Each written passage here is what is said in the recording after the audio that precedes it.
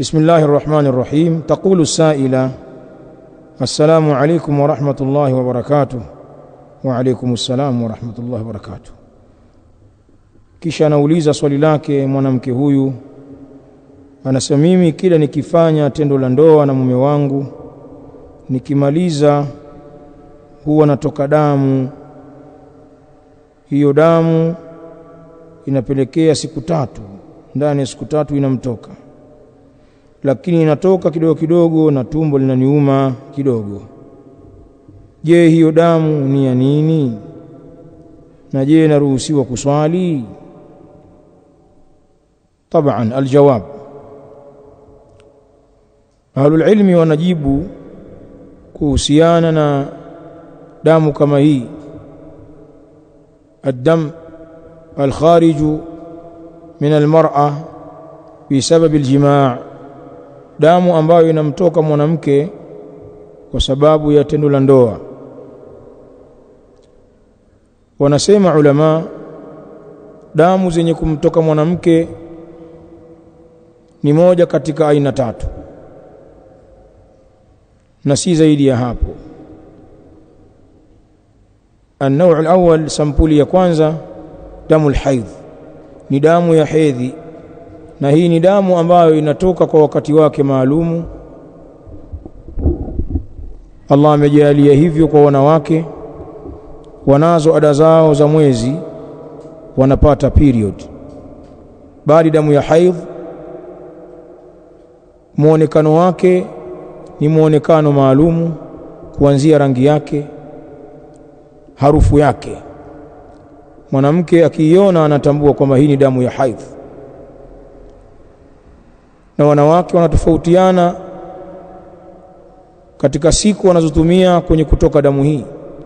Kuna ambao wanakwenda siku chache ambazo hazizidi 3, na kuna wengine wanakwenda siku za kati na kati, si chache wala si nyingi, siku 7 mpaka 9, na kuna wengine damu ya haidh inawapeleka nusu mwezi, takriban siku 15. Hii ni damu ya haidh, aina ya kwanza ya damu ambayo humtoka mwanamke. Aina ya pili ni damu ya nifasi, damu ya uzazi. Hii humtoka mwanamke baada ya kujifungua, na aqsa almudda linnifas, muda mrefu kabisa wa damu ya nifasi ni siku 40 ala sahih, lakini inaweza ikakatika chini ya hapo, baada ya siku 5, baada ya siku 3, wengine siku 10 wa hakadha.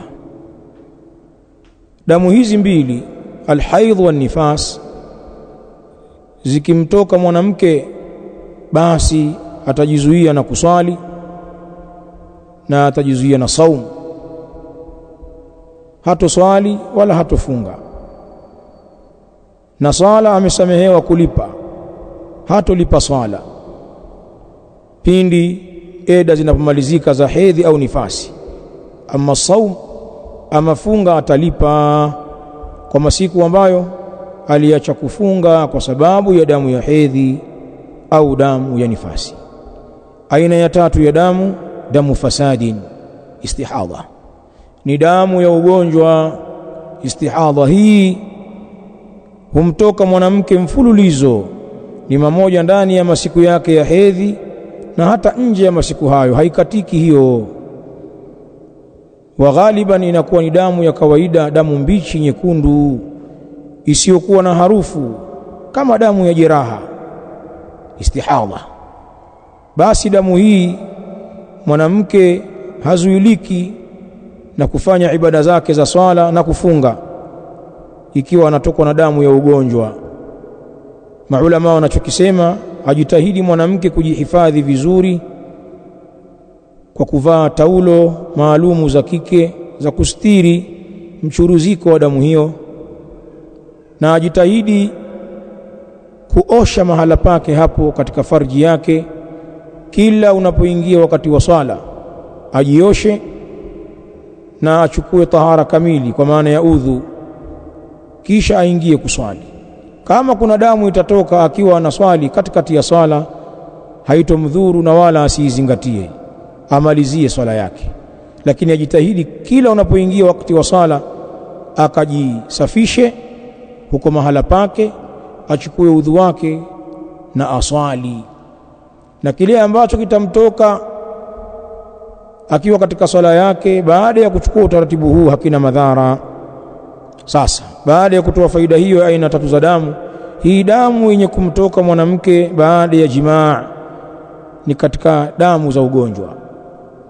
Maulama wanaihesabu ni damu fasadin, muda wa kuwa inatoka katika muda usiokuwa wa hedhi, muda wa kuwa haina sifa miongoni mwa sifa za hedhi.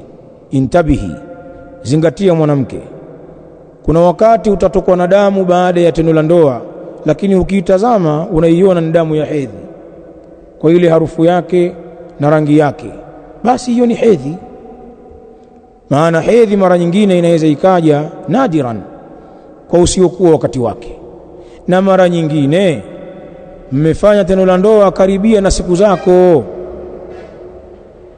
ikawa baada ya kumalizika hicho kitendo ikaanza dauru yako ya mwezi, basi itakuwa ni hedhi. Ama kama damu inakutoka nje ya masiku yako ya hedhi ambayo wewe unayajua, na ukiitazama si damu ya hedhi, ni damu mbichi tu, basi hiyo ni damu ya ugonjwa. Baadhi ya wanawake wana shida hiyo. Naam, na ulama wanasema inaweza ikaendelea. Damu ambayo inamtoka mwanamke baada ya jimaa inaweza ikaendelea kwa siku isiyokuwa moja, siku 2, 3 na kuendelea.